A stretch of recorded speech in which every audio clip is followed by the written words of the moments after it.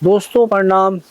दोस्तों, आज अपने अनुभवों की इस श्रृंखला में मैं आपको एक ऐसा रोमांचकारी अनुभव सुनाने जा रहा हूँ जिसमें कोई गुलदार लगभग 1.5 सालों तक एक क्षेत्र पे सक्रिय रहा और उसको मारने के लिए अनेक शिकारी वहाँ बुलाए गए। परंतु यदि सैद्धांतिक रूप से या उसकी व्यवहार के बारे में रीड करके उसको मारा जाता तो गुलदार इतनी घटनाएं नहीं करता था। दोस्तों, ये जो घटनाक्रम है ये है कीर्तिनगर विकास खंड के बडियारगढ़ और सिल्का खाल क्षेत्र के आदमखोर का। बडियारगढ़ कीर्तिनगर से पटवाड़ा, पटवाड़ा से टैगड़ मार्केट, टैगड़ मार्केट से यदि आप जाए तो रिगोली और रिगोली के बाद बडियारगढ़। यानी एक बडियारगढ़ एक ऐसी रिज है, घास के प्लॉट है और पूरा एक गढ़ है, इस पे मंदिर भी है और इसकी की बहुत रोमांचकारी कहानियाँ भी हैं।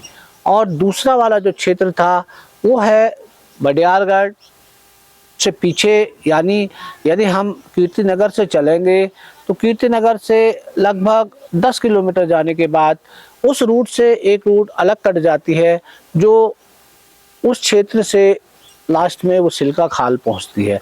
यानी सिल्का खाल और बडियारगढ़ दो ऐसी रिजें हैं जिन पे ऊपर बस्तियां हैं, परंतु वो दो आमने सामने दो रिज खड़ी है। यानी इस साइड पे बडियारगढ़ और इस साइड पे सिल्का खाल। इन दोनों रिजों के बीच की दूरी, हवाई मार्ग की दूरी 20 किलोमीटर है। यदि हम इस रिज से सिल्का खाल निकले तो हमें 40 किलोमीटर गाड़ी से जाना पड़ेगा। और इसके दोनों रिजों के नीचे एक नदी है, उस पे टैगड़ मार्केट है, बहुत सारे गांव इसके चारों ओर बसे हुए हैं।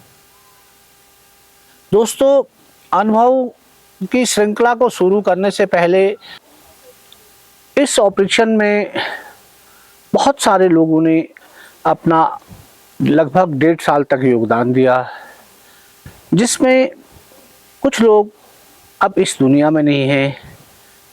तो मैं सबसे पहले जिन लोगों को इस गुलदार ने मारा उनकी आत्मा की शांति के लिए, और जैसे जो इस पे महत्वपूर्ण भूमिका जिन्होंने निभाई थी अब वो इस दुनिया में नहीं हैं, जिसमें से वन क्षेत्राधिकारी जोत सिंह महपाल जी, फॉरेस्टर YS रौथान जी, वन क्षेत्राधिकारी करण सिंह नेगी जी, इन्होंने उस समय बहुत सारा सहयोग दिया था। मैं भगवान से प्रार्थना करता हूँ कि वो जहाँ भी हो भगवान इनकी आत्मा को शांति दे। और इसके अलावा दोस्तों कुछ ऐसे लोग थे फॉरेस्ट के जिन्होंने निस्वार्थ भाव से इसमें काम किया था, और जिसमें से सबसे आगे थे स्वरूप सिंह नयाल जी, और अब तो वो फॉरेस्टर है, उस समय वो फॉरेस्ट गार्ड थे। दोस्तों, ये जो क्षेत्र था ये क्षेत्र पूरी तरह से लेंटिना से पटा हुआ था। केवल जो चुन्नी खाल का ऊपर वाला एरिया और बडियारगढ़ के रिगोली वाला एरिया, इस एरिया पे क्योंकि इसकी ऊंचाई लगभग 1600 मीटर से ऊपर थी और यहाँ बर्फ़ भी गिरता था दोनों चोटियों पे, इसलिए यहाँ बांज और बुरास के वृक्ष थे। ये घटना 12 मई 2007 की है। इससे पूर्व की घटनाओं का विश्लेषण मैं इस अनुभव, जब आपको अनुभव समाप्त कर दूंगा उसके बाद मैं इसका विश्लेषण करके आपको बताऊंगा। तो दोस्तों, सिरसेट के पटूड़ी गांव में 36 वर्षीय चंद्रशेखर दिहाड़ी मजदूरी करके अपने घर वालों का पेट पालता था। शाम के समय वो कहीं मजदूरी करके घर लौट रहा था। शायद उस दिन चंद्रशेखर ने थोड़ा बहुत कुछ शराब का सेवन भी कर लिया था, इसलिए वो सड़क से धीरे धीरे अपने घर की ओर चल रहा था। दोस्तों, पटूड़ी गांव जो मेन रोड है सिल्का खाल वाली, उसके नीचे कुछ घास के बड़े बड़े मैदान और उसके बाद लगभग 500 मीटर नीचे पटूड़ी गांव बसा हुआ है। तो जब चंद्रशेखर रोड के अंतिम छोर तक पहुंचा, उसके बाद पैदल जो बटिया थी उस बटिया पे चला। या तो चंद्रशेखर को थोड़ा नशा ज़्यादा हो गया या कोई गुलदार इसका पीछा कर रहा था। इससे पूर्व यहाँ पे किसी भी बड़े आदमी पे गुलदार ने अभी तक हमला नहीं किया था। किसी भी महिला और किसी भी पुरुष को इन गुलदारों के द्वारा अभी तक मारा नहीं गया था। केवल जो भी घटनाएं हुई थी वो सब बच्चों पे ही थी। इसलिए जो बड़े आदमी थे उन्हें ज़्यादा इस चीज़ का भय नहीं था। तो मैंने अपना अनुमान लगाया कि चंद्रशेखर साहब ज़्यादा पिए हुए में होने के कारण वो इस मैदान में थोड़ा देर के लिए बैठ क्या गया या लेट ही गया। तो जो गुलदार इसका पीछा कर रहा था या इसको देख रहा था, उसको एक मौका मिल गया और वो तुरंत आकर उसने चंद्रशेखर पे हमला कर दिया और उसको गर्दन से पकड़े हुए वो उसको खींचते हुए एक जो उसके बगल पे एक नाला था, जिसमें जो सूखा नाला था उसमें बहुत सारी घनी झाड़ियाँ थी, और वो चंद्रशेखर को उस नाले पे ले गया। घर वालों ने पता किया, जहाँ वो काम पे था तो उन्होंने बताया कि वो तो यहाँ से 5 बजे ही चल दिया था। तो रात को उसको खोजने के लिए भी गए, परंतु चंद्रशेखर का कोई पता नहीं चला। सुबह रात खुली तो लोग उसे ढूंढने के लिए निकले। जब वो उस मैदान से निकल रहे थे उस रास्ते से, तो उनको कुछ खून की बूंदें वहाँ पे दिखाई दी। तो उन्हें थोड़ा शक हुआ। उसके बाद थोड़ा आगे जाने के बाद, क्योंकि मैदान में घसीट के निशान नहीं दिख रहे थे क्योंकि उसमें घास थी, और उसके बाद उनको उस नाले की ओर कुछ घसीट के निशान दिखाई दिए। तो उसका पीछा करने के बाद जब वहाँ पहुँचे तो उनको चंद्रशेखर की अधखाई लाश प्राप्त हुई। तुरंत राजस्व विभाग को और वन विभाग को सूचना दी गई। उस समय कीर्तिनगर तहसील में एसडीएम दुमका जी थे, वे तुरंत मौके पे वहाँ पहुँचे। वन विभाग के अधिकारी भी वहाँ पे मौके पे पहुँचे और उन्होंने जब देखा कि वास्तव में चंद्रशेखर को किसी गुलदार के द्वारा मारा गया और आधा से ज़्यादा इसको खा चुका है। एसडीएम दुमका ने गैरसैंण एसडीएम को कॉल द्वारा उनसे ये कहा कि अभी तक इसके लिए परमिट जारी नहीं हुआ है, आप फिलहाल जन सुरक्षा के लिए रावत जी को यहाँ भेज दे। तो एसडीएम साहब ने तुरंत मेरे को मैसेज किया कि रावत, आपको सिल्का खाल कीर्तिनगर में जन सुरक्षा हेतु बुलाया जा रहा है। अभी परमिट जारी नहीं हुआ है, परंतु आपको उस क्षेत्र में जन सुरक्षा के लिए जाना होगा। मैंने कहा ठीक है सर, मैं 1-2 दिन के बाद वहाँ निकल जाऊँगा। दोस्तों, इस क्षेत्र में अब छोटे बच्चों को छोड़कर एक बड़े 36 साल के आदमी को गुलदार द्वारा शिकार बनाया गया था और अब एक दहशत का माहौल था, क्योंकि अभी तक इस गुलदार ने कभी भी किसी बड़े आदमी का शिकार नहीं किया था और जो उसने शिकार किया वो भी एक 36 साल के व्यक्ति का। यानी ये गुलदार अब पूर्ण रूप से संपूर्ण आदमखोर बन चुका था। अब इसके लिए कोई महिला, कोई पुरुष कोई मान्य नहीं रखता था। ये किसी का भी शिकार आराम से कर सकता था, क्योंकि गुलदार के आदतों में देखा गया है, यदि एक बार उसने किसी बड़े आदमी का शिकार कर लिया है तो उसका साहस पूरा बढ़ जाता है और वो ये समझ जाता है कि मैं इस आदमी का भी शिकार कर सकता हूँ, यानी ये आदमी अब मेरे से शक्तिशाली नहीं है। तो इस एरिया के लिए एक घंटी बज चुकी थी कि आगे कुछ होने वाला है। दोस्तों, मैं यहाँ से 16 तारीख को सिल्का खाल के लिए कीर्तिनगर से मैं सिल्का खाल पहुँचा। जो घटनाक्रम मैंने आपको सुनाया, उस जगह को देखा, उस नाले को देखा और उस गांव में के रास्तों को हमने चेक किया, तो हमें पता चला कि इस एरिया पे इससे पहले गुलदार नहीं था। यानी ये गुलदार इस एरिया के लिए एकदम नया था। और दोस्तों वहाँ से लगभग 2-3 किलोमीटर पे एक सड़क के किनारे एक मकान पे हम लोगों ने अपने रहने का बंदोबस्त किया। तब तक बिजनौर से अली अदान जी वहाँ पहुँच गए थे और उनके पास परमिट जारी हो चुका था। उस समय दोस्तों यदि किसी गुलदार को आदमखोर घोषित किया जाता था तो जब तक वो मारा न जाए तब तक परमिट जिंदा रहता था। तो इसलिए इसके लिए परमिट तो पहले हो चुका होगा, क्योंकि इससे पहले भी जो घटनाएं हुई थी उसके बाद गुलदार नहीं मारे गए थे तो वो परमिट जिंदा थे, परंतु मुझे परमिट नहीं भेजा गया था।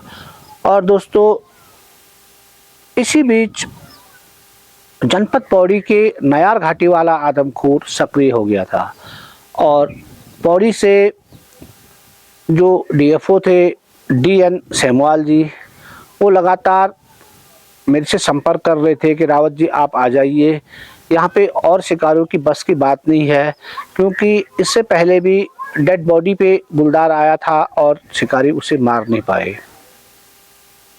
तो मैंने उनसे कहा ठीक है सर, मैं लगभग 23 तारीख को ये मैं कीर्तिनगर वाले एरिया पे हूँ, वहाँ से मैं सीधी पौड़ी निकल जाऊँगा। क्योंकि मुझे परमिट तो जारी हुआ नहीं था, इसलिए मैंने उन्हें एक डेट दे दी कि मैं इतने तारीख को वहाँ पहुँच जाऊँगा।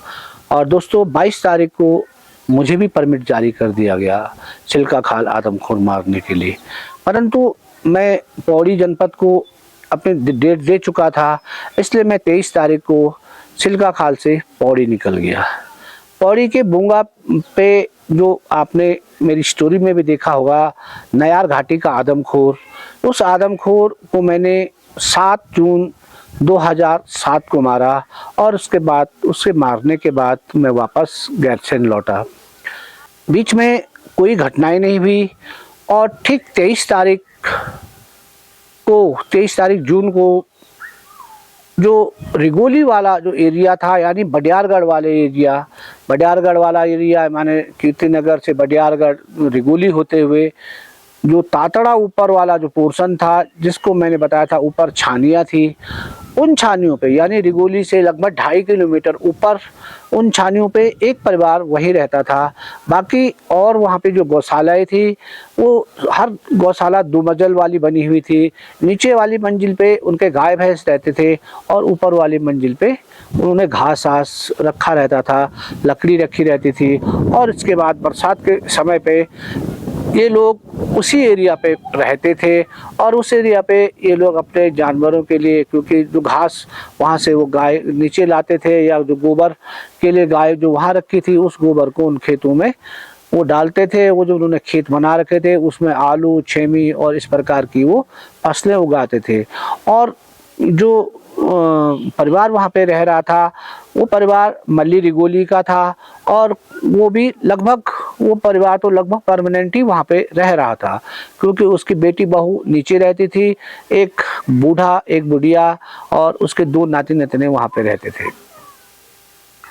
23 तारीख को उनकी लगभग 10 साल की नातनी शाम के समय अपने आंगन भी बहुत चौड़ा बना हुआ था, जैसे वो 2 मंजिले वाले मकान उनका नहीं था, एक ही मंजिल उसकी बनी हुई थी, पत्थर वाली छत थी और बाकी उसके बगल पे लकड़ी रखने के लिए लकड़ियों का उन्होंने टिन सेट जैसे बनाया हुआ था।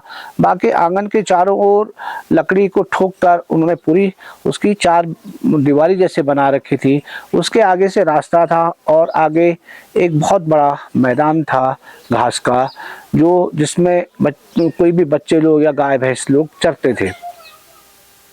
शाम के समय उनकी नातनी एक कमरे से दूसरे कमरे जा रही थी और उनके दादाजी भी वहीं पे आंगन में बैठे हुए थे। उसने देखा कि एक बड़ा सा साया उनकी नातनी के ऊपर झपटा। तो बूढ़ा 70 साल के बूढ़े जी थे, बहुत ताकतवर थे, थोड़ा कमर उनकी हल्की सी झुकी हुई थी और उनके हाथ पर लाठी थी। तो जब उन्होंने देखा कि ये साया एकदम लड़की पे झपटा मारा है, तो उन्होंने डंडे से तुरंत उस साये पे अपनी डंडे से वार कर दिया और गुलदार को डंडा पड़ते ही गुलदार ने एकदम उनकी नातनी को छोड़ दिया। यानी उस दादा ने अपनी नातनी को मौत के मुंह से बचा लिया था। थोड़ा उसके पीठ, गले और इस पे गुलदार के नाखून चुभे हुए थे और उसी समय उन्होंने नीचे, क्योंकि जो जगह थी, जिस जगह को मैं घास वाला मैदान बता रहा हूँ, वहाँ पर से यदि हम सीधे आवाज़ लगाते तो सीधे गांव आवाज़ सुनाई देती थी। उस जगह से चारों ओर का दृश्य बहुत बढ़िया दिखाई देता था। यहाँ तक कि रिगोली हुआ, उसके पार वाले चुन्नी खाल वाला एरिया हुआ, तैगढ़ हुआ, सारी जगह जितना भी जगह है सब वहाँ से दिखाई देते थे। तो उन्होंने तुरंत वहाँ से आवाज़ लगाई और तब लोग ऊपर आए और उसके बाद उस लड़की को श्रीनगर हॉस्पिटल ले गए। दोस्तों, मुझे उस घटना के बाद वन क्षेत्राधिकारी डांग चौरा द्वारा संपर्क किया गया और मैं लगभग 25 तारीख को डांग चौरा से कीर्तिनगर और कीर्तिनगर के द्वारा वहाँ से रिगोली, तल्ली रिगोली, मल्ली रिगोली हम पहुँचे। हमारे साथ फॉरेस्ट गार्ड स्वरूप सिंह जी थे। मल्ली रिगोली में जब हम पहुँचे तो हमको कमरा चाहिए था रहने के लिए।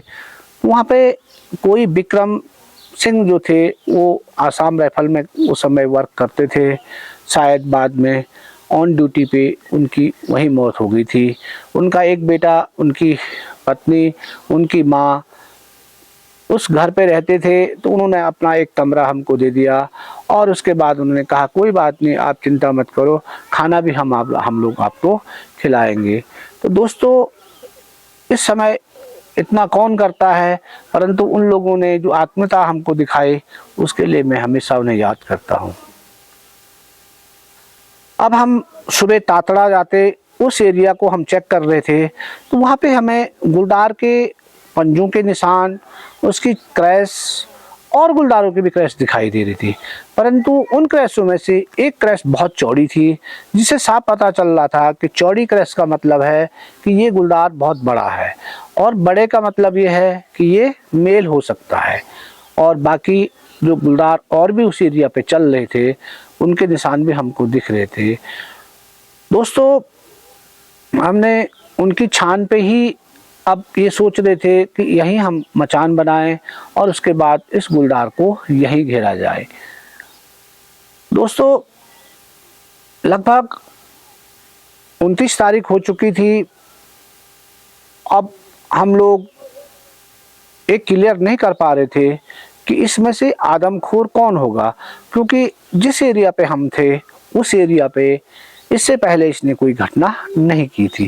केवल एक बालिका को घायल किया था और इससे अलावा उसकी कोई घटनाएं रिगोली की पे जहां हम रह रहे थे उस एरिया पे नहीं थी।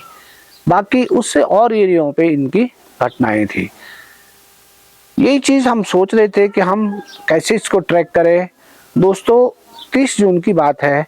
30 जून को बंदासा की घटूड़ी देवी और उसका परिवार अपने खेत में रुपाई के कार्य में लगा हुआ था। शाम होने वाली थी, छोटे बच्चे उनके घर पे थे। तो उनकी बेटी और बहू ने सोचा कि थोड़ा हम और वर्क कर ले, इसको जो कार्य हम कर रहे रुपाई का इसको पूर्ण कर ले। उन्होंने अपनी माँ से कहा कि माँ तुम घर चल दो, वहाँ पे बच्चे भी अकेले हैं, आप लोग घर चले जाओ। तो उनकी माँ घटूड़ी देवी वहाँ से घर, क्योंकि जिस खेत में वो काम कर रहे थे वहाँ से 500 मीटर पे उनका घर था, तो वो खेतों के किनारे किनारे जो रास्ता था उस रास्ते पे वो घर के लिए आ रही थी। उस रास्ते के नीचे एक सूखा नाला था उस समय, क्योंकि बरसात के टाइम पे उसमें पानी होता होगा, परंतु इस समय ज़्यादा पानी उसमें नहीं था और उस चारों ओर वो झाड़ियों से ढका हुआ था। तो उसके किनारे किनारे जब घटूड़ी देवी चल रही थी तो शायद कोई गुलदार घटूड़ी देवी को देख रहा था और जब उसने देखा कि ये अकेली है और सीधे इसी रास्ते पे चल रही है तो शायद वो कहीं पे घात लगा के बैठ गया और घटूड़ी देवी ठीक उसके सामने से निकली तो उसने उस पर हमला कर दिया। हमला इतना सटीक था कि वो घटूड़ी देवी को उठा के सीधे वो नाले की ओर ले गया और जो रास्ता था रास्ते पे कोई इस प्रकार का चिन्ह वहाँ पे नहीं छूटा कि जिससे पता चल सके कि यहाँ पे कोई संघर्ष हुआ हो। और उसके बाद वो घटूड़ी देवी को खींचते हुए नीचे नाले पे ले गया और वहाँ उसने घटूड़ी देवी की शव को आराम से खाना शुरू कर दिया।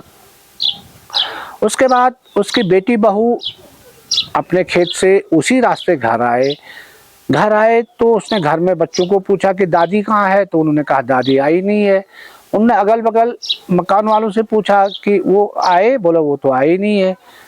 तो वो अजमस में पड़ गए। उनने सोचा कहीं ऐसा ना हो कि बुढ़िया कहीं पे गिर गई हो। तो लोग रात को टॉर्च लेके उस रास्ते पे घटुड़ी देवी को खोजने निकले, परंतु उन्हें कोई सफलता नहीं मिली। सुबह रात खुली तो सारे लोग उस जगह पे घटुड़ी देवी को खोजने के लिए निकले। तो उन्होंने देखा कि घर से लगभग 300 गज दूर पे एक जगह पे हल्के खून की बूंदें पड़ी हुई है। खून की बूंदें देखते ही वो लोग एक आशंका जो उनके दिल में थी वो घर कर गई थी कि हो ना हो इस माँ को गुलदार उठा के ले गया है। वहीं वो और नीचे गए तो वो लेंटीरा से पटा हुआ एरिया था और वहाँ उनको घसीट के निशान मिले। घसीट के निशानों का पीछा करते करते वो लोग सीधे नाले तक पहुँचे और नाले में उनको घटुड़ी देवी का अधखाया शव प्राप्त हुआ। दोस्तों, तुरंत जंगलात और राजस्व विभाग को सूचना दी गई और सूचना के बाद वो लोग वहाँ पहुँचे। फॉरेस्ट ने अपने पिंजरे लगवाए और राजस्व विभाग ने घटुड़ी देवी के पोस्टमार्टम की कार्रवाई शुरू की। दोस्तों, अब इस गुलदार द्वारा ये बड़े आदमियों पे इसका दूसरा किल था।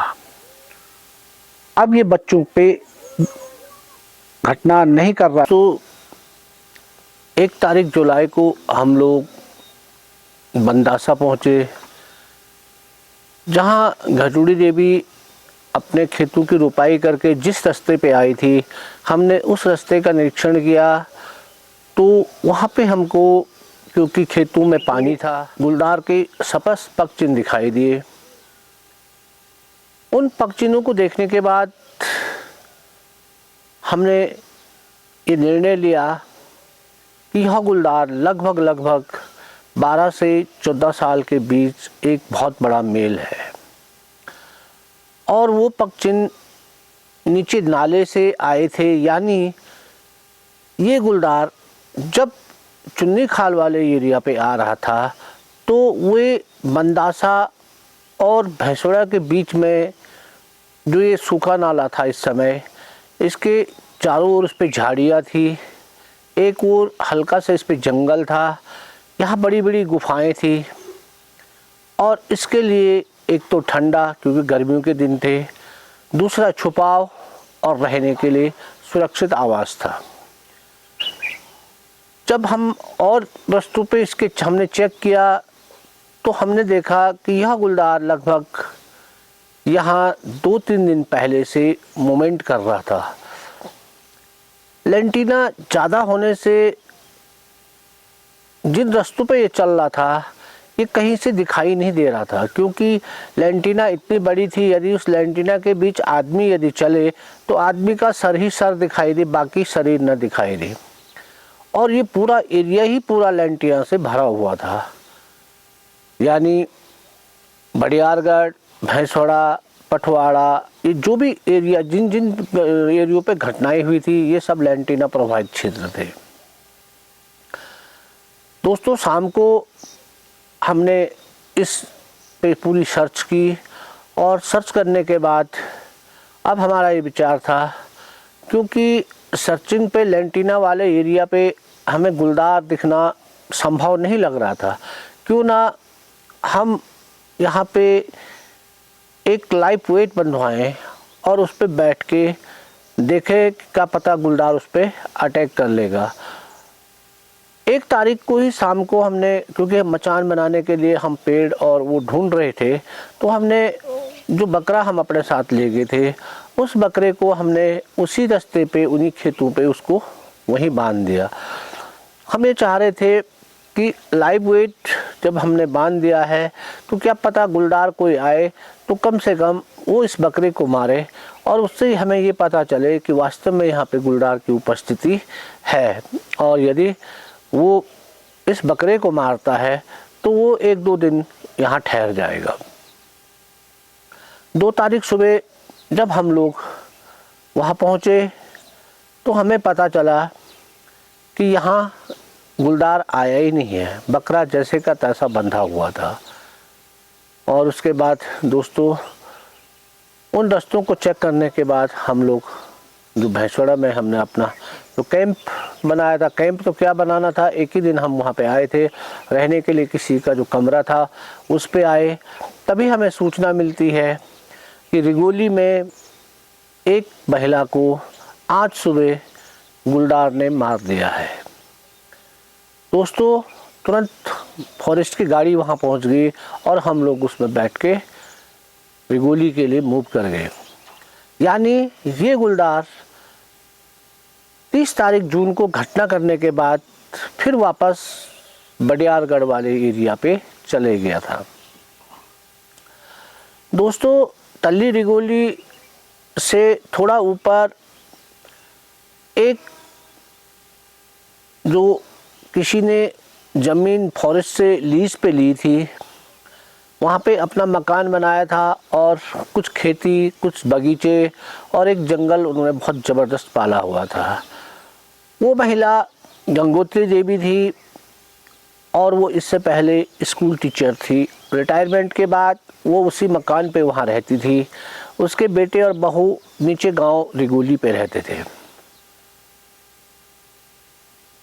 गंगोत्री देवी की उम्र लगभग 70 साल के लगभग थी और शायद सुबह अपने ट्रांजिस्टर को अपने साथ लेके जो उसके मकान के बगल से जो रास्ता जाता था, जो एक रोड पुराने ज़माने की होगी, वो रिगोली ऊपर मल्ली रिगोली तक जाती थी। शायद गंगोत्री देवी उस सड़क पे अपने ट्रांजिस्टर को हाथ में लिए हुए सुबह मॉर्निंग वॉक के लिए निकली, क्योंकि मॉर्निंग वॉक ही था, क्योंकि उसको एज ज़्यादा थी इसलिए ज़्यादा वर्क तो वो करती नहीं होंगी, वो थोड़ा वहाँ तक घूमने के लिए निकली। उसके बाद जब वो वापस लौटी तो वापस अपने ठीक मकान के पीछे से उसने वहाँ पे अपना ट्रांजिस्टर रखा जो स्टार्ट था और शायद वो लघु शंका के लिए वहीं पे उसी रास्ते के नीचे बांस के झुरमुट पे चले गई। और शायद गुलदार उस समय नीचे बस्ती से या मंदासा से वापस रिगोली की ओर आ रहा था। उसने गंगोत्री देवी को अकेला देखा और उन पे हमला कर दिया।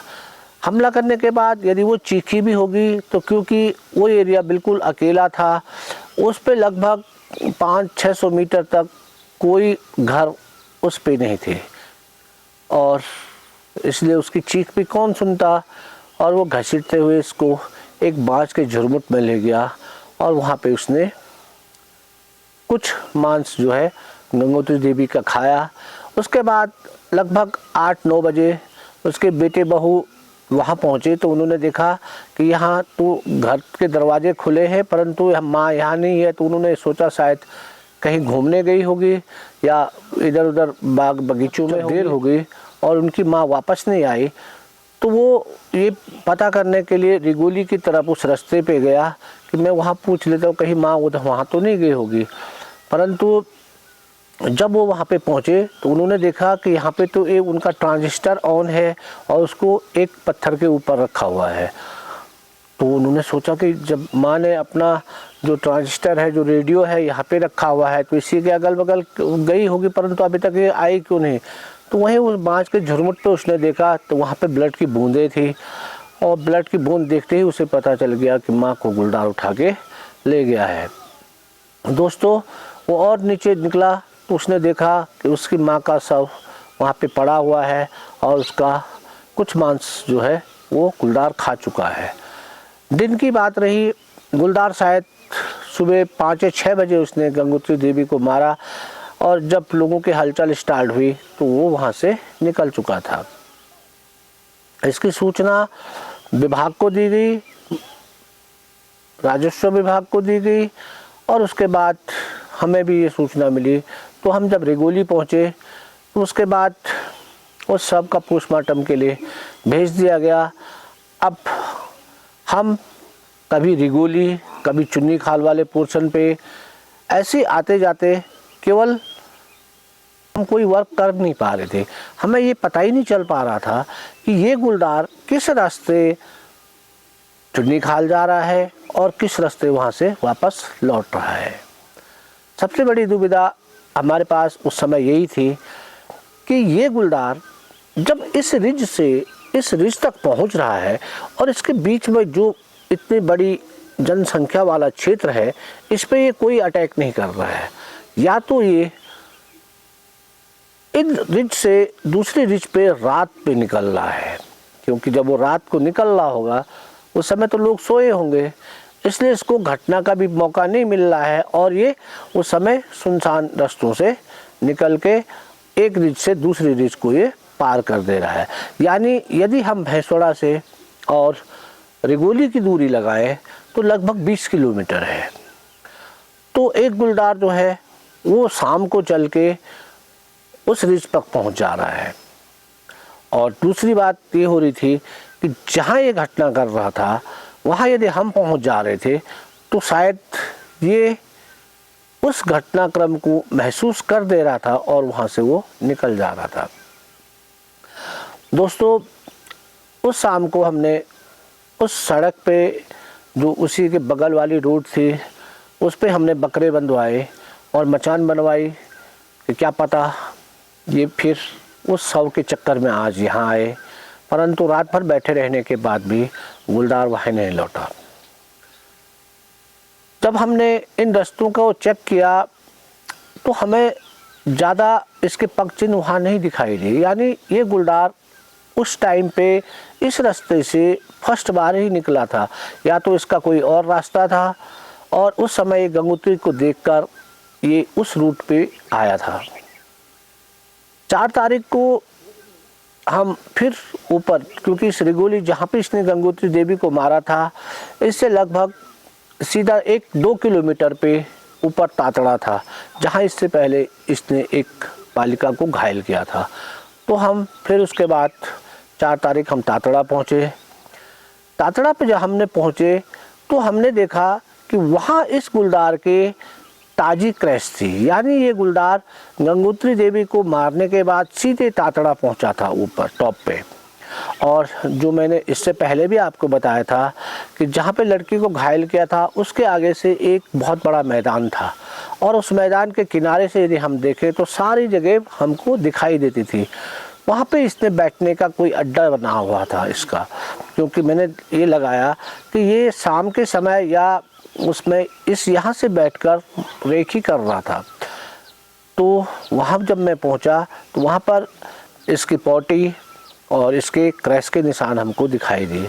तो मैंने जो उसके लड़की के दादा थे उनको बताया कि ये गुलदार फिर आपके यहाँ आ गया है और आप लोग इस पे सतर्क रहें। और जब हम शाम को नीचे आ रहे थे तो बहुत मोटी बारिश स्टार्ट हो गई और हम लोग बारिश में भीगते भीगते जब नीचे पहुँचे तो उस समय तक हम पूरे भीग चुके थे। यानी कि टेलीस्कोप पे भी पानी पूरा भर चुका था, उसके दोनों तरफ कांचों पे पूरा पानी था। लगभग 8:30 बज रहे होंगे। हम सर्च लाइट के सहारे गंगोत्री देवी के मकान पे ही हम लोगों ने कैंप बनाया था। यानी फॉरेस्ट वाले 4 फॉरेस्ट वाले और 2 हम हुए, मैं और वीरेंद्र, 6 लोग हम वहाँ पे रह रहे थे। तो ठीक उसी के पीछे जब मैंने खेत में देखा तो खेत में एक सूअर अपने बच्चों के साथ चल रही थी और हमारे लाइट देख के एक मादा सूअर जो बहुत बड़ी थी वो सीधे उस लाइट पे, यानी हमारी लाइट पे हमारी ओर बढ़ी। क्योंकि हमने उस पर लाइट मारा तो वो सीधे लाइट की ओर एक आक्रामक मुद्रा में जो है वो हम पे अटैक करने के लिए पहुंच गई। मैंने राइफल सीधी की, टेलीस्कोप पे देखा तो कुछ दिखाई नहीं दे रहा था। अब जो सूअर जो था वो लगभग हमसे 5 मीटर दूर पहुंच चुका था। अब हम लोग बहुत अजमस में थे तो मैंने वीरेंद्र को जोर से बोला, वीरेंद्र ये क्या हो गया है।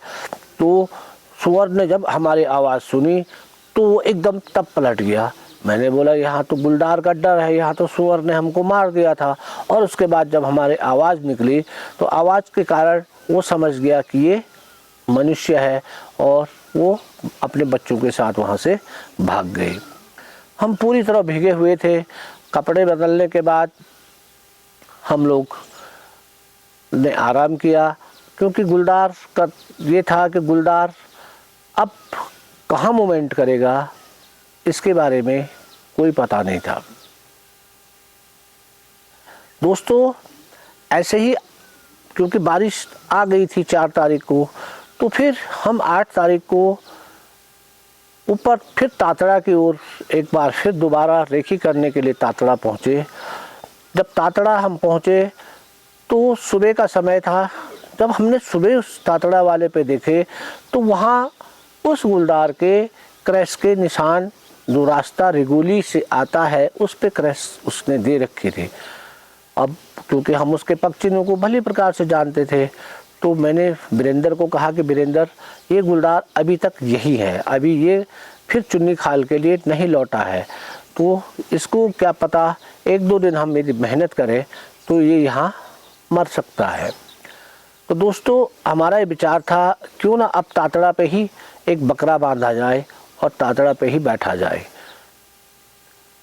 तो तब तक जो और छानियाँ वहाँ पे थी वो नीचे गांव वालों की थी। उन छानियों में उनके दो मंजिले कमरे थे, एक पे नीचे उनकी गाय भैंस रहती थी और ऊपर उनके घास रहती थी। तो वहाँ पे कोई महिला जो थी उसने अपने गाय भैंस बाहर निकाले और उन्हें हमको आवाज़ दी कि आप लोग सुबह से घूम रहे हैं, चाय पीने आओ। तो हम लोग उनके घर पे वहाँ पे पहुँचे, क्योंकि उनका चाय का सामान ही वहाँ रहता था, बाकी वो खाना जो है दिन का वहाँ बनाते थे और रात का वो घर चले जाते थे। तो मैंने उनको बोला आप तो अकेले हैं यहाँ? बोला नहीं भैया, हम सुबह यहाँ आते हैं और शाम को हम फिर नीचे घर चले जाते हैं। तो मैंने बोला ये और छाने वाले? बोला ये और छाने वाले भी ऐसे ही अप डाउन हम डेली कर रहे हैं, परंतु लग रहा है लगभग हम 7-8 दिन के बाद यहाँ आ जाएंगे, क्योंकि बरसात में हम लोग यहीं रहते हैं।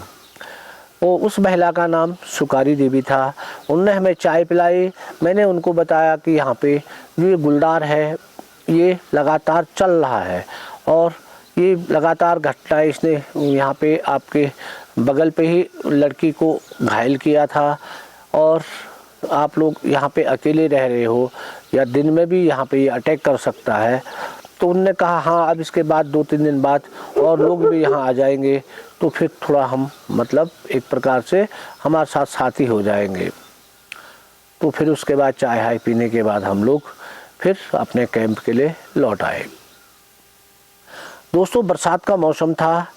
अब सुबह जब हम लोग सुबह की सर्च के लिए उठ रहे थे तो इस एरिया पे पूरा कोहरा छाया हुआ रह रहा था। यानी कोहरा इतना घना कोहरा रहता था कि उसमें एक दूसरे को देखना पॉसिबल नहीं था। 10 तारीख जुलाई को सुबह बहुत घना कोहरा लगा हुआ था, यानी रिगोली गांव तक ही कोहरा था, और धीरे धीरे जो टाइम बढ़ा तो कोहरा ऊपर की ओर जाने लगा। सुकारी देवी नीचे घर से अपने 2-3 साथियों के साथ, जिनकी औरों की गाय भैंस भी वहाँ थी, वो रास्ते से वहाँ पहुँचे। तातड़ा के लिए वो जा रहे थे, तो रास्ते में उन्होंने सोचा कि ऐसा करते हैं कि ऊपर घास काट के, जब नीचे से ऊपर ही ले जाना है तो एक बार ऊपर जाके फिर नीचे घास काटना है, इससे बढ़िया यहीं से घास काट के ऊपर छानियों पे ले जाते हैं। बहुत कोहरा था, तो ये 3-4 औरतें नीचे घास काटने पे लग गई। कोहरा इतना घना था कि वो केवल एक दूसरे की आवाज़ ही सुन सकते थे और एक दूसरे को देख नहीं पा रहे थे। जब थोड़ा कोहरा छट जाता तब ये आपस में एक दूसरे को देख सकते थे। लगभग 9 बज रहे होंगे सुबह के, और जो उनके साथी थे उन्होंने सुकारी देवी की चीख की आवाज़ सुनी। तो वो ज़ोर से बोले कि क्या हो गया, क्या हो गया, परंतु उसके बाद उन्हें कोई आवाज़ नहीं सुनाई दी, और शायद उन्होंने सोचा कि ऐसे ही चीखी होगी, क्योंकि कोहरे के कारण एक दूसरे को देखना पॉसिबल नहीं था। और इसी कोहरे का फ़ायदा उठाकर गुलदार बिल्कुल सुकारी देवी के बगल पे पहुंच गया और उसने वहीं पे उस पर अटैक करके उसको गर्दन से पकड़ते हुए खींचकर नीचा जो नाला था, उस नाले में बहुत घनी झाड़ियाँ थी, वहाँ वो ले गया। जब वो घसीट रहा था तो शायद किसी झाड़ी पे फंसने के कारण सुकारी देवी की जो धोती थी वो खुल गई और वो वहीं अटक गई। उसके बाद थोड़ा आधा घंटा होने के बाद कोहरा जब ऊपर बढ़ा तो उसके साथियों ने देखा कि यहाँ सुकारी देवी तो यहीं पे घास काट रही थी, ये यहाँ है नहीं। तो वो वहाँ पे गए, उन्होंने देखा कि अरे चीखी भी थी, क्या हुआ होगा। तो उन्होंने देखा उसकी दराती, उसका आधा कटा हुआ घास वहीं पे है और उसका जो परंदा है वो भी वहीं है और वहाँ पर से घसीट के निशान नीचे को है और उसकी पूरी धोती वहीं अटकी हुई है। तो फट समझ गए कि सुकारी देवी को गुलदार उठा के ले गया है। वो औरतें डर के कारण वहाँ से भागी और ऊपर तातड़ा पहुँची।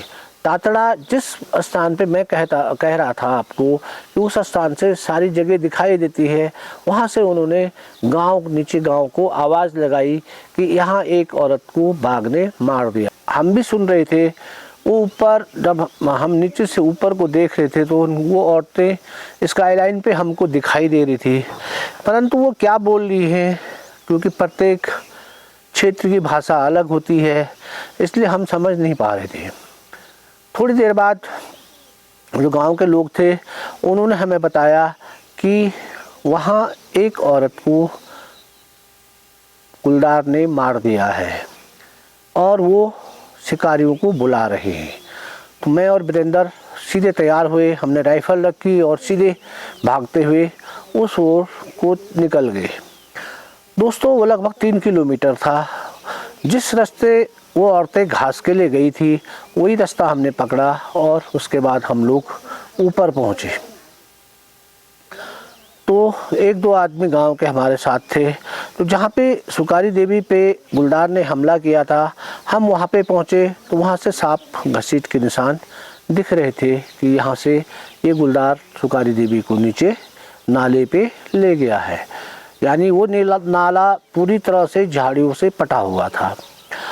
अब हमें ये था कि यदि हम सीधे नीचे पहुँचते हैं तो यदि गुलदार वहाँ लाश पे बैठा भी होगा तो वो भागेगा। भागने के बाद क्योंकि इतनी झाड़ियाँ यहाँ हैं, हमें उसको वो गुलदार दिखाई नहीं देगा या हमको फायर करने का इसमें चांस नहीं मिलेगा, तो हम गुलदार को मार नहीं पाएंगे। इसलिए मैंने उन लोगों को कहा कि थोड़ा रुक जाओ और लोगों को आने देते हैं और उसके बाद आप लोग यहाँ से नीचे जाएंगे और मैं इस एक पत्थर जहाँ पे था यहाँ पे बैठ लूँगा। यहाँ से मुझे ये वाला सारा एरिया साफ दिख रहा है। यदि गुलदार यहाँ से भाग के पार वाले पोर्शन पे निकलेगा तो मैं यहाँ से उसको आराम से फायर कर सकता हूँ और एक चांस था कि गुलदार यहाँ मारा जा सकता है। दोस्तों, थोड़ी देर बाद और लोग वहाँ पहुँचे तो हमने उनको कहा कि आप लोग यहाँ जिस रास्ते गुलदार इनको उठा के, क्योंकि वो घास की एक इस प्रकार की ढलान वाली पहाड़ी थी, तो गुलदार यहाँ से सीधे उसको नीचे नाले पे ले गया था। जब वो लोग धीरे धीरे वहाँ पहुँचे तो मैं बिल्कुल तैयार था, क्योंकि गुलदार किसी भी समय निकल सकता था। और जब वो उनको बॉडी दिखाई दी परंतु उनको गुलदार नहीं दिखाई दिया, तो मेरे समझ से गुलदार उससे हट के बैठा हुआ था और गुलदार वहाँ से तेज़ी से भागता हुआ निकला। परंतु वो गुलदार जिस एरिया को मैं सोच रहा था कि वो पार निकलेगा तो मुझे फायर करने में इजी रहेगा, परंतु वो गुलदार पार के पोर्शन पे गया ही नहीं, बल्कि जहाँ मैं बैठा हुआ था उस साइड को झाड़ियाँ ज़्यादा थी, इसलिए वो बहुत तेज़ी से उन झाड़ियों से निकल के साइड पे निकल रहा था। तो मैंने जब गुलदार को आते हुए देखा और बहुत तेज़ी से आ रहा था, तो जब वो ठीक मेरे नीचे पहुँचा तो मैं ऊपर से उस पर फायर कर दिया, परंतु गोली गुलदार को नहीं लगी। उसके बाद गुलदार सीधे नीचे निकल कर और पार वाले पोर्शन यानी जो एक धार थी, जैसे वो यहाँ से निकला और इस धार के पीछे चले गया। अब मैं इस साइड पे था इसलिए मुझे वो दिखाई नहीं दिया, तो मैं अपनी राइफल उठा के बहुत तेज़ी से भागते हुए, क्योंकि फिसलने का भी डर था, यदि आदमी फिसलेगा तो नीचे नाले पे गिर जाएगा, तो बहुत तेज़ी से जाते हुए मैं इस रिज पे पहुंचा। अब मैं इस रिज पे जब पहुंच गया था, अब मेरे को ये था कि ये गुलदार यहाँ कहीं भी निकलेगा तो मेरे को ये दिखाई देगा। दोस्तों, मैंने थोड़ी देर बाद देखा कि गुलदार लगभग मेरे से 400 मीटर दूर बिल्कुल एक पहाड़ी पे चढ़ रहा है ऐसे, क्योंकि ये पहाड़ी थी, इस पे उसको चढ़ना था और इसके क्रॉस करने के बाद इसको पली तरफ निकल जाना था, तब वो हमको किसी भी प्रकार से दिखाई नहीं देता। उस पे जिस पे वो चढ़ रहा था, जिस प्लाउट पे वो चढ़ रहा था, उस पे इस प्रकार का एक रास्ता था, बाकी और जगह से निकलना उसके लिए संभव नहीं था और ऐसे उसको रिज क्रॉस कर लेनी थी। तो जब वो उस रास्ते पे चढ़ा तो मैंने देखा कि दूर तो है, तो मैंने एक जो छोटा सा एक पेड़ था, उस पेड़ पे अपनी राइफल टिकाई और एम किया और उस गुलदार को फायर कर दिया। मेरी गोली ठीक गुलदार के नीचे लगी, क्योंकि जब गोली वहाँ लगी तो वहाँ से मिट्टी उछली, तो उससे मैंने लगा कि मेरी गोली ठीक गुलदार के नीचे लगी है, यानी मेरे को गुलदार के ऊपर एम करना पड़ेगा। और गुलदार बिना किसी डर के यहाँ से चलने के बाद फिर यूँ जब दोबारा और ऊंचाई पे उसके ऊपर पहुँचा तो मैंने फिर दूसरी फायर कर दी। फायर करने के बाद इस समय मेरी गोली ठीक गुलदार के ऊपर लगी थी, तो मैं समझ नहीं पा रहा था कि मेरी गोली कभी नीचे लग रही है, कभी मेरी गोली ऊपर लग रही है, ये क्या हो रहा है। दोस्तों, मैं जब तीसरी बार मैंने लोड किया, क्योंकि अब मेरे पास और चांस था उसके बाद इस गुलदार को यहाँ से इस रिज को क्रॉस करना था, लगातार दूर मेरे से होता जा रहा था, परंतु मैंने जब एम किया तो मैंने देखा अरे मेरा टेलीस्कोप तो पूरा हिल रहा है, यानी उसके जो नट बोल्ट हैं वो सारे ढीले हो चुके हैं। क्योंकि दोस्तों, मैं जब पौड़ी नयार घाटी आदमखोर मार के आया था और उसके बाद गाड़ियों में ट्रैवलिंग करने से या लगातार उस इधर उधर चलने से, राइफल रखने से उसके जो नट बोल्ट हैं वो धीरे धीरे ढीले हो रहे थे और मैंने इसका ध्यान दिया नहीं था। अब टेलीस्कोप जब हिल रहा है तो इसका मतलब टेलीस्कोप से यूज़ करना तो कोई बात ही नहीं है, क्योंकि उसके थोड़े से भी हिलने से तो उसका जीरोइंग तो समाप्त हो चुका था। अब मेरे पास एक चांस था, मैं क्या करूं, तो मैंने राइफल की साइट उठाई। अब मैंने उसकी साइड से फायर करने का एक अपना, उसके बाद ये गोली यदि गुलदार को नहीं लगती है तो गुलदार इस रिज को पार कर जाएगा। तो मैंने साइड पे लिया, साइड पे मैंने जब फायर किया तो फायर मैंने देखा कि गोली गुलदार के नीचे लग रही है और उसके बाद गुलदार उस रिज को क्रॉस करके पली तरफ चले गया था। दोस्तों, मैं इस गुलदार को 4 फायर कर चुका था, परंतु 4 की 4 गोलियां मेरी इसको नहीं लगी थी। इसका शरीर हम अब देख चुके थे, ये बहुत बड़ा मेल गुलदार था, जिसका शरीर उतने दूर से भी ऐसा लग रहा था कि जैसे कोई बड़ा बैल जा रहा होगा।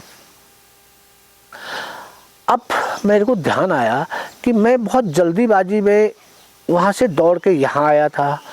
उस समय मेरी सांस चल रही थी, बहुत तेज सांस चल रही थी, मेरे को रुकना था, परंतु रुकता तो गुलदार को मैं फायर नहीं कर सकता था, क्योंकि गुलदार बहुत तेज़ी से जा रहा था, इसलिए भी मेरी गोली नहीं लगी। दूसरा, मेरा टेलीस्कोप हिल चुका था, इसलिए भी मेरी गोली नहीं लगी। और तीसरी चीज़, जिस दूरी को मैं लगभग 350-400 गज समझ रहा था, वो दूरी लगभग 600 गज से ऊपर थी, इसलिए भी मेरी गोली इस गुलदार को नहीं लगी। अब हमारी राइफल बेकार हो चुकी थी, यदि उसका टेलीस्कोप काम नहीं करेगा तो हम फायर बहुत बढ़िया नहीं कर सकते थे, इसलिए मैं कैंप वापस लौट आया। वहाँ मैंने उस राइफल को प्लास से उसके नट बोल्टों को कसा और जितना मेरे से हो सकता था बिना फायर किए हुए, कि लगभग ये किसी 0 के बराबर होगी, क्योंकि जीरोइंग तो तभी होगी जब मैं इससे फायर करता, तो फायर करने का तो मेरे पास टाइम था नहीं, परंतु मैंने अपने हिसाब से इसको लगभग 0 कर दिया था और उसके बाद हम फिर उस एरिया पर पहुँचे। तब तक बहुत सारे लोग वहाँ पहुँच गए थे और उसके बाद उन्होंने सुकारी देवी की बॉडी वहाँ से उठाई और उसकी जो छान थी ऊपर, उस छान पे ले गए। उसके पति बाहर काम करते थे। अब उन्हें सूचना दे दी गई और वो कल सुबह तक उससे पहुंचना था और उसके बाद वो सीधे अपनी छान पे आएगा और उसके बाद तभी बॉडी वहाँ से नीचे घर ले जाएंगे। वन विभाग को भी सूचना दे दी गई और यहाँ तक कि पोस्टमार्टम के लिए डॉक्टरों ने वहीं आने के लिए कह दिया कि हम लोग वहीं पोस्टमार्टम कर लेंगे। दोस्तों, हमें बहुत बड़ा दुख हुआ कि वो औरत जिसने 8 तारीख को हमें बुलाकर अपनी छान पे चाय पिलाई थी, हमने उससे बताया भी था कि यहाँ पे एक गुलदार जो है वो लगातार घूम रहा है, आप लोग थोड़ा सतर्कता रखें, परंतु होनी को कौन जानता है। अब वो इस दुनिया में नहीं थी। रह कर हमारा जो समय हमने उसके साथ बिताया था वो आँखों में घूम रहा था।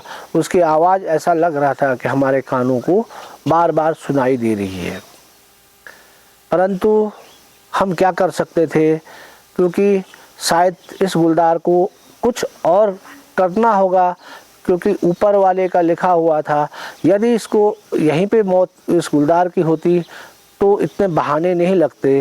राइफल का टेलीस्कोप का हिलना, हर प्रकार से वो गुलदार 4 फायर के बाद भी बच निकला था। अब जनता में बहुत आक्रोश था और हम पे भी लोग बहुत गुस्सा हो रहे थे।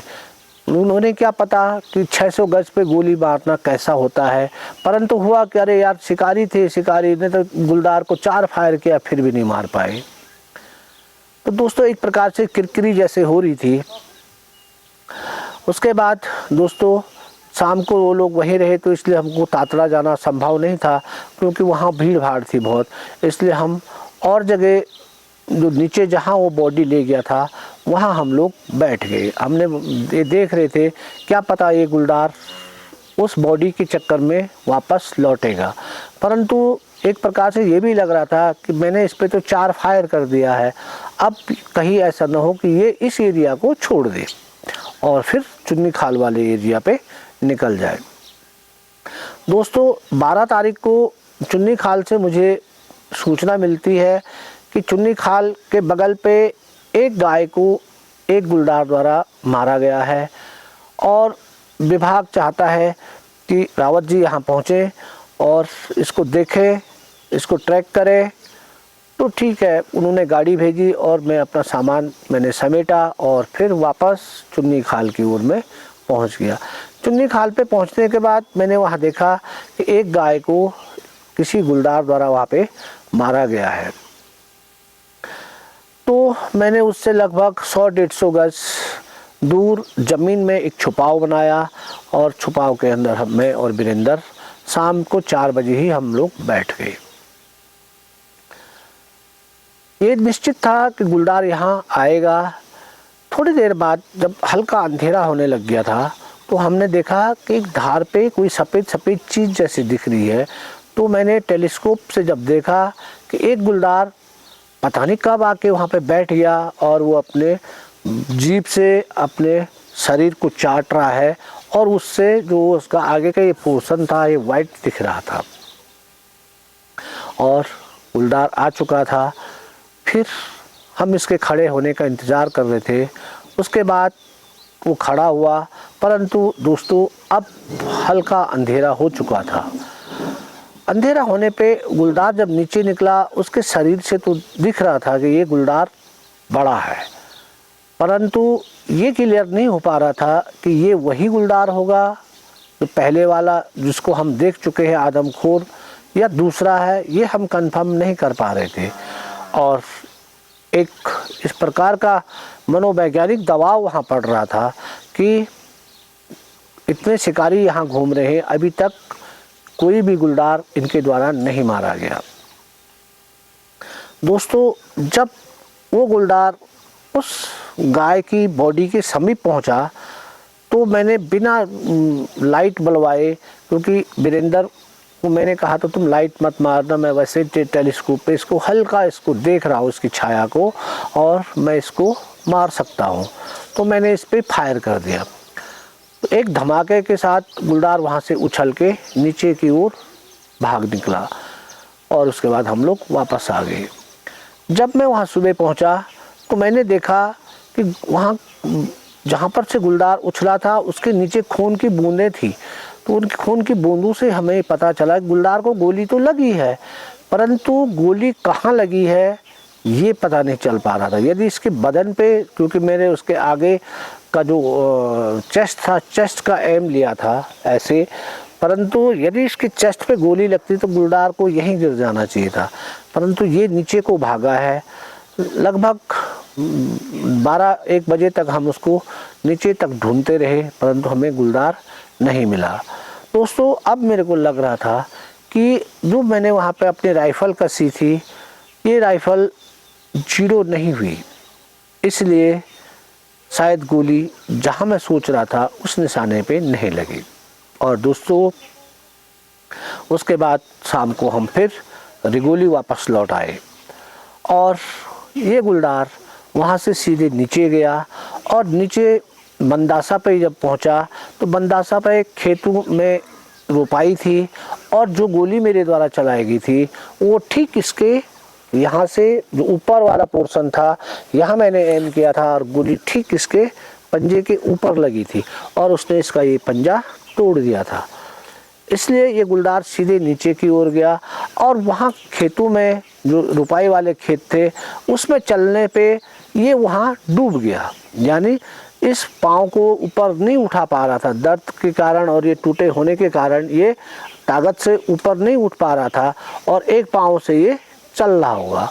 इसलिए तुरंत वहाँ पे लोगों ने गुलदार को देखा तो वहाँ बंदासा के भगवान सिंह ने इस पर फायर कर दिया और उसके बाद ये वहीं झाड़ियों में छुप गया और दूसरे दिन जॉय वकील ने इसको 16 तारीख को इसको शूट किया था।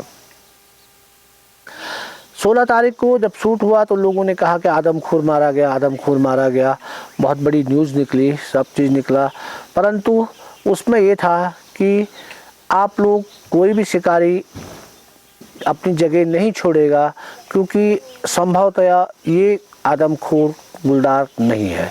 इसको पोस्टमार्टम के लिए ऋषिकेश भेज दिया गया।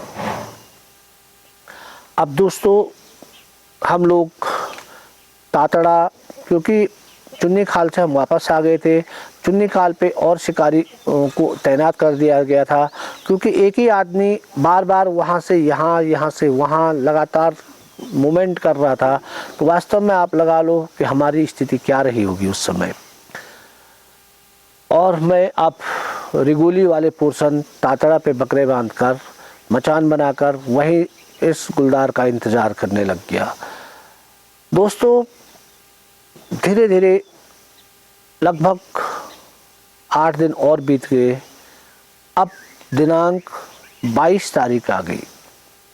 22 तारीख सुबह मुझे कॉल आता है कि भैंसवाड़ा में इस गुलदार ने आज सुबह एक औरत को घायल कर दिया है और रावत जी आप तुरंत यहाँ पहुँचे। दोस्तों, फिर हमने अपना सामान समेटा और फिर जहाँ उस औरत को घायल किया था वहाँ के लिए हम लोग मूव कर गए।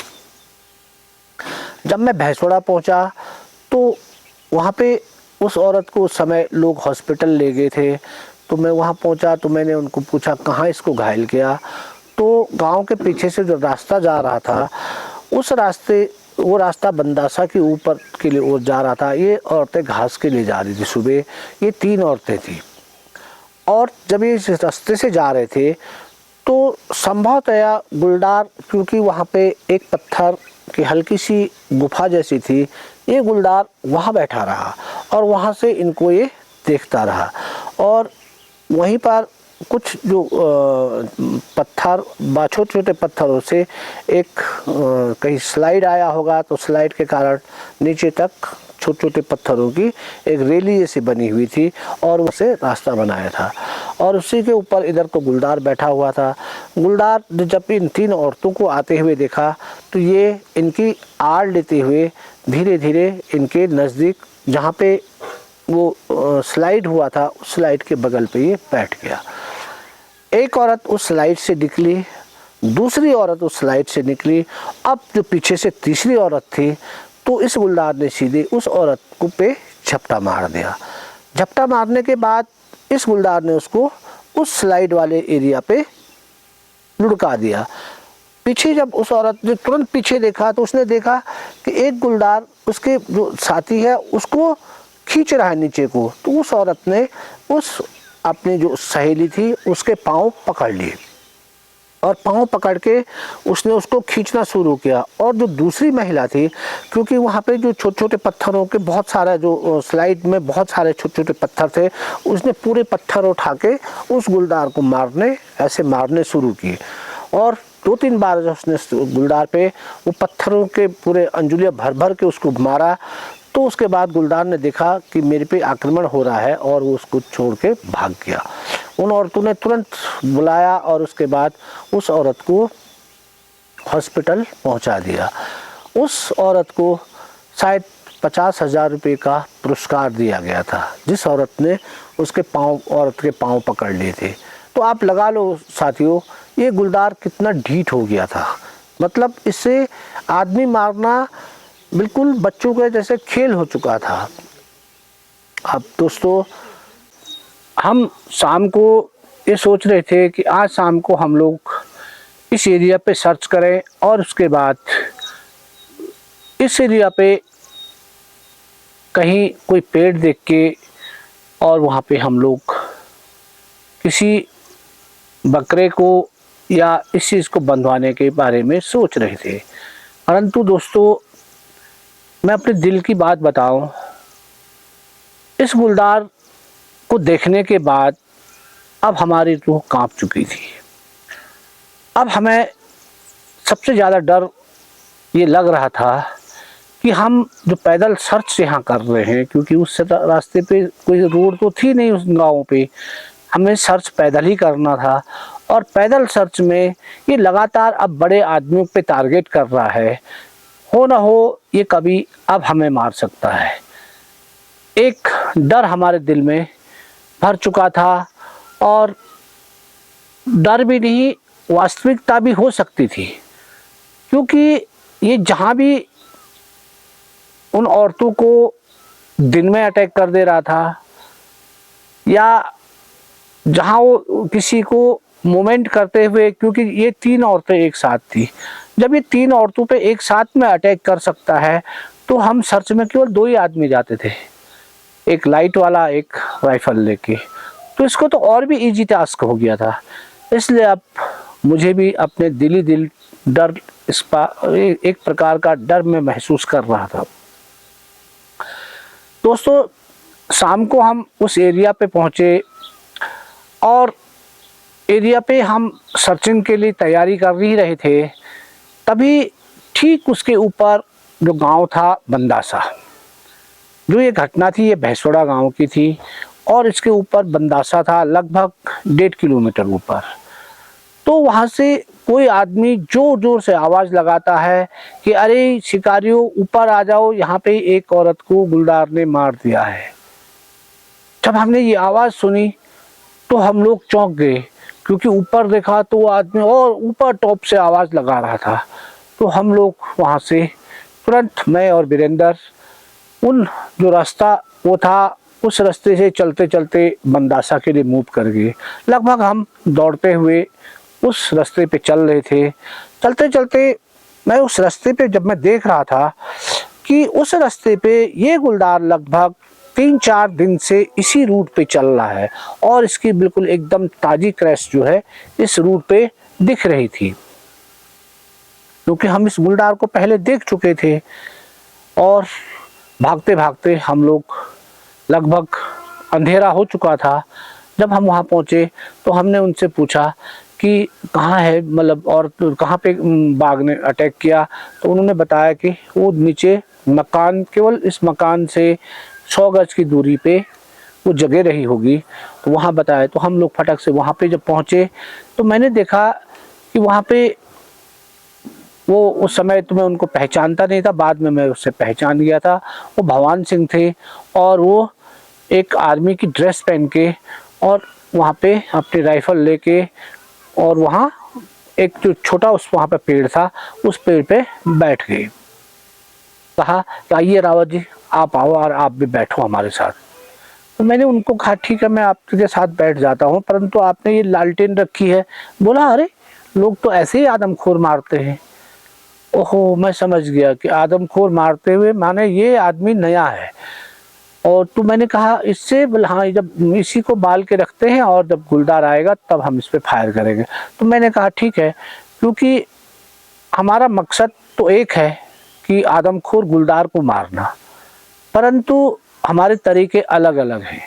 इसलिए आप लोग बैठो और हैं तो सुबह 4 बजे के लगभग एक बार बॉडी मुझे दे देना और मेरा फ़ोन नंबर ले लो। और मैंने उनको अपना फ़ोन नंबर दिया और आप मुझसे बात कर लेना और उसके बाद मैं यहाँ पहुँच जाऊँगा। मैं वहाँ पे निरीक्षण करने पे मैंने देखा कि इनके द्वारा जो उस महिला की बॉडी रखी हुई है उसको बांधा भी नहीं गया है। अरे ये क्या तरीका है। परंतु क्योंकि वो लोग बैठ रहे थे, वो 2 आदमी उस पेड़ पे बैठ गए और हम दोनों, मैं और वीरेंद्र, गांव वापस आ गए। जब मैंने गांव में पूछा कि कैसे ये घटना हुई होगी, तो उन्होंने बताया कि ये औरत अपने खेत में गुड़ाई कर रही थी और गुड़ाई, क्योंकि खेत बिल्कुल एकदम मकान के आगे से था और हल्का शाम हो गई थी। उसके बाद तुरंत गुलदार ने इस पे हमला कर दिया और हमला करने के बाद किसी को इसका भनक तक नहीं लगी कि इस औरत को गुलदार ने मार दिया है। कोई लेडीज पानी भर के आ रही थी तो उसने देखा कि कोई ऐसी चीज जो पीली पीले कलर की है वो घिसटते हुए जा रही है। और जब उसने ध्यान से देखा कि कोई गुलदार उसको खींच के ले जा रहा है, तो वो एकदम उसने लोगों को बताया कि वहाँ पे कोई पीली पीली चीज बाघ खींच के ले जा रहा है। तब लोग वहाँ गए, तब तक देखा लोगों ने कि वास्तव में उसने उस औरत को मारकर वो नीचे घसीट के ले गया है। जहाँ पे वो ले गया था वो खेत लगभग एक छोटा खेत था। छोटा खेत के बाद एक हल्का बंजर पुराना खेत था, उसके बाद दीवार थी और उसके बाद ठीक नीचे रास्ता था।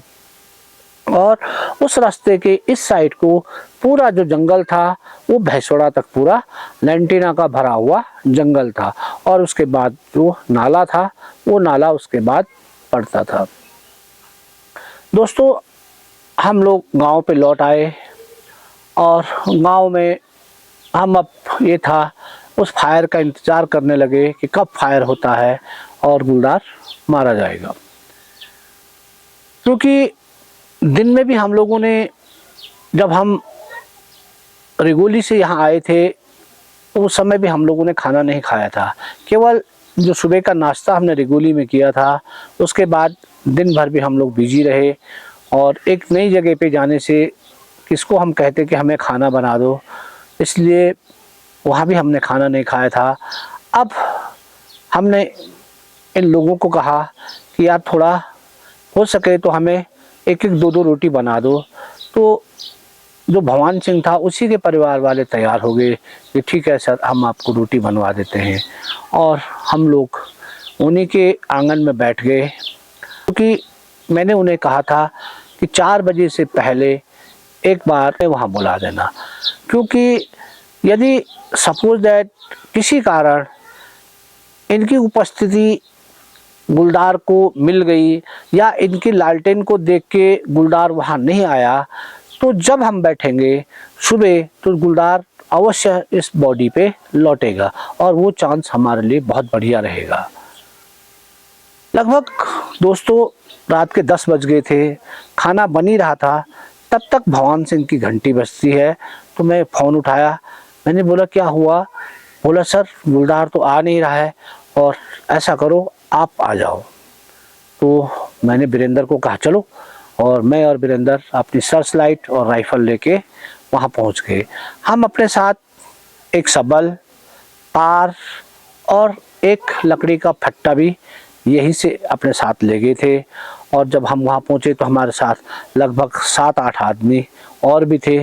तो हमने वहाँ पे जाके सबसे पहले ठोके सबल पे तार से उस बॉडी को हमने मजबूत बांध दिया, ताकि कोई गुलदार यदि आए तो इस बॉडी को एक झटके के साथ उठा के न ले जाए। फिर वो उस पेड़ पे खाली बैठे हुए थे, हमने उस पे एक तख्त लगाया, छोटा सा तख्ते का टुकड़ा लगाया ताकि हम इस पे बैठ सकें। और क्योंकि अब 10 बज रहे हैं तो 10 बजे से सुबह तक हमको ये गुलदार नहीं आता है, तो हमको सुबह तक बैठना पड़ेगा, इसलिए हमने पूरी रात का इंतज़ाम करना था। और दोस्तों, मैंने देखा कि ये पेड़ बहुत कम ऊंचाई वाला है, यानी ये ज़मीन से केवल 3-4 मीटर ही ऊपर है, तो और पेड़ भी छोटा है, इसलिए हमने जितने ऊंचाई पे हो सके उतने ऊंचाई पे तख्त लगा दिया, ताकि हम थोड़ा ऊंचा तो हो सके। यदि गुलदार नीचे से भी खड़ा होगा तो उसको हमको नीचे खींच लेगा, क्योंकि हम इसके शरीर को देख चुके थे और भगवान सिंह और ये लोग इसके शरीर को उन्होंने देखा नहीं था, इसलिए उनके दिल में इसके प्रति भय नहीं था। परंतु मैं तो इस पे 4 फायर कर चुका था और मैं इसके शरीर को देख चुका था, तो मेरे को ये डर लग रहा था कहीं ऐसा ना हो कि ये नीचे से ही खड़ा होकर हमको पेड़ से नीचे फेंक दे। इसलिए हमने जितनी ऊंचाई तक हो सकता था उस छोटे पेड़ में उतने ऊंचाई तक हमने तख्त बांध दिया और उसके ऊपर हम लोग बैठने के लिए तैयार हो गए। अब जब हम लोग उस पर बैठे तो मैंने भगवान सिंह को कहा कि चलो अब आप अपनी लालटेन उठाओ और जितने लोग हैं सब बोलते बोलते अपने यानी गांव की ओर चल दो। और वो लोग उन्होंने अपनी लालटेन उठाई और बोलते बोलते गांव की ओर मूव करने लगे। वीरेंद्र क्योंकि बैठा था, उसके बाद सुसु करने का टाइम नहीं लगता, इसलिए वो पेड़ से ही सुसु करने लग गया। हमने उस बॉडी पे एक घंटी बांधी हुई थी, यानी यदि वो बॉडी को हिलाए तो वो घंटी बज जाए। अब वीरेंद्र सुसु करने के बाद खड़ा ही था, तब तक एकदम अचानक वो लोग हमसे 25 मीटर भी नहीं गए थे कि एकदम घंटी टन टन टन टन टन टन घंटी बजने लग गई। घंटी बजने लगी तो वीरेंद्र अपनी चैन को ऊपर कर सके और उसने कहा भाई साहब गुलदार, उसने लाइट मारी। तो मैंने जब अपने टेलीस्कोप से उस गुलदार को देखा और वो गुलदार हमसे केवल 10 या 15 मीटर, क्योंकि वो मचान जो थी वो 12 बोर वाले ने बनाई थी, तो 12 बोर की जो मचान होती है बहुत नज़दीक होती है और हमारे पास इतना टाइम था नहीं कि हम दूसरी मचान बनाते, इसलिए हमको उन्हीं की मचान पे बैठना पड़ा। और वो मचान बिल्कुल हमसे 10 या 15 मीटर या ज़्यादा से ज़्यादा 20 मीटर की दूरी पे थी। और उस महिला का जो शव था, वो शव का जो सर था, वो सर हमारी ओर था। अब जब मैंने टेलीस्कोप से देखा कि गुलदार आके सीधे महिला के ऊपर बैठ गया है, एक झटके इसके साथ आया और वो महिला के ऊपर बैठ गया है, क्योंकि उसका सर हमारी ओर था और गुलदार भी आके उसके पाँव की ओर से उसने सीधे हमारी ओर उसका सर रख के उसके ऊपर बैठ गया।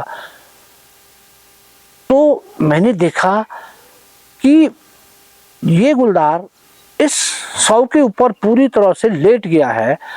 अब यदि मैं इसको फायर करता हूं तो कल सुबह इस बॉडी का पोस्टमार्टम होना है और मैं केवल 20 मीटर से फायर कर रहा हूं। मेरी राइफल की गोली इसके शरीर को छेदते हुए इस महिला के शरीर को भी छेदते हुए बाहर निकल जाएगी।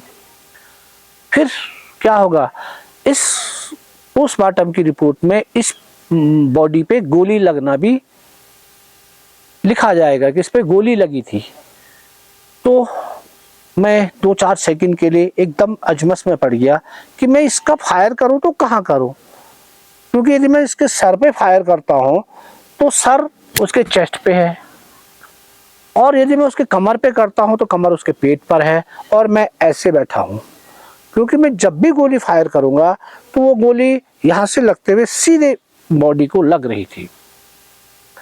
तब मेरे को ध्यान आया कि यदि मैं इसके बैक पोर्शन यानी इस कमर के ऊपर वाले इस कमर पे इसकी फायर करूं तो ये गोली इसके यहाँ से बाहर निकल जाएगी और थोड़ा जो मेरे को स्लोप मिल रहा है, इस स्लोप से इसकी कमर को ये गोली तोड़ते हुए निकलेगी और इस औरत के पाँवों से बाहर निकल जाएगी। बस दोस्तों, मैंने इतना सोचा और मैंने एम करते हुए तुरंत ट्रिगर दबा दिया।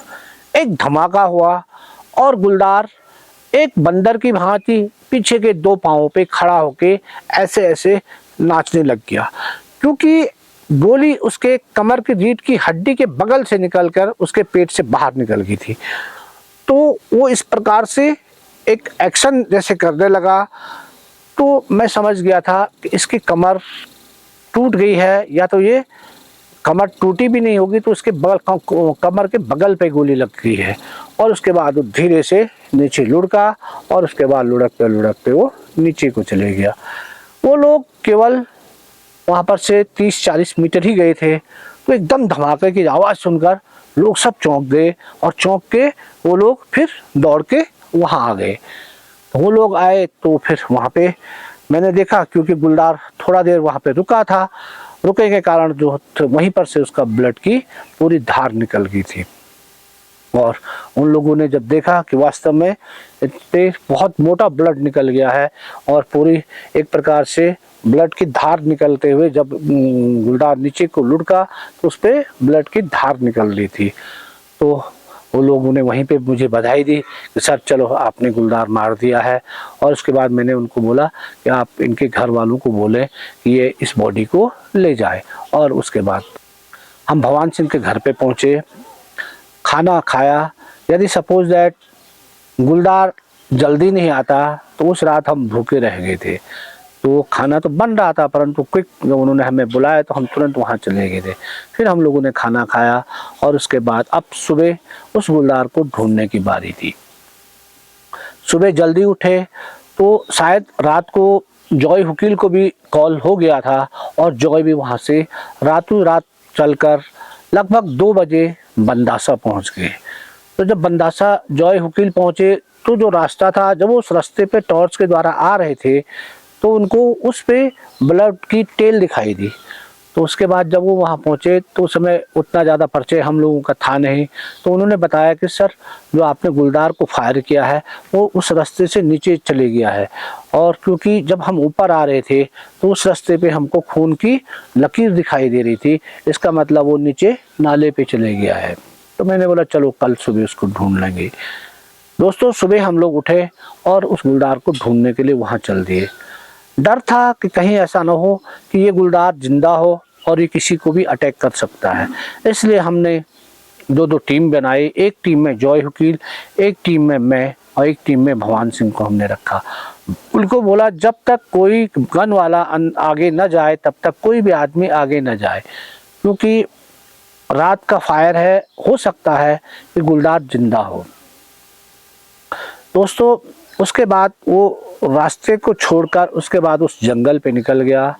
हर 10 कदम पे गुलदार लेटते हुए जा रहा था, ब्लड की बहुत बेकदरी से उसका ब्लड निकल रहा था, और चलते चलते वो जहाँ वो घटुड़ी देवी को उसने मारा था उस नाले तक वो पहुँच गया था।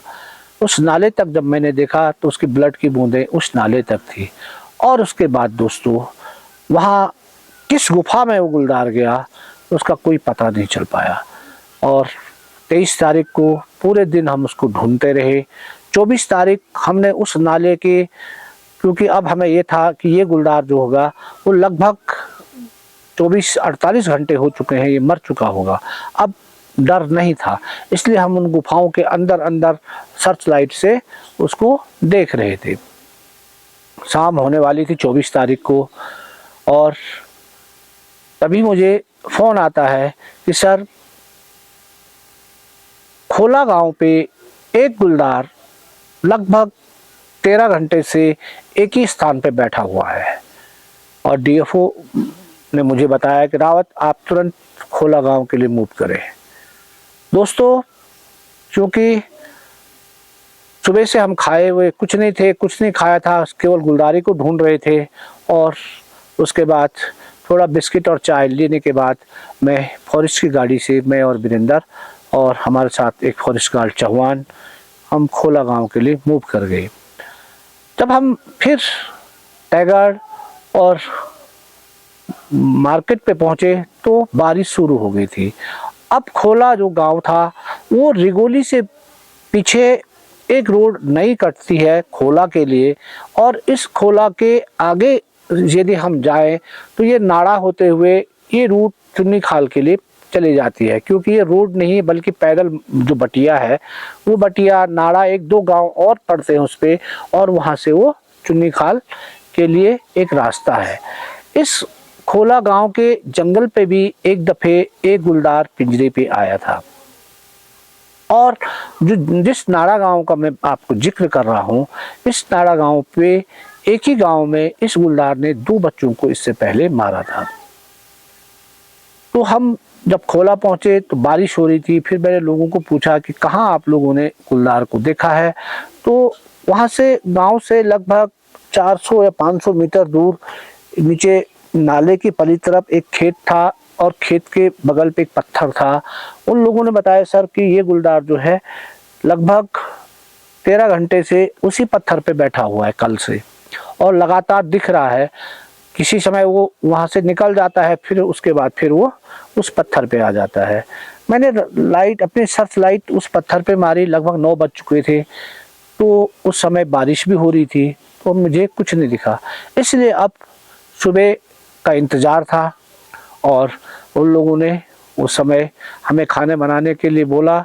तो मैंने उनसे कहा कि आप हमें केवल आज चावल और दाल बना दे, क्योंकि हम लोगों ने बहुत दिन से चावल और दाल नहीं खाई है। तो उन लोगों ने फटाफट हमको दाल चावल बना दिए।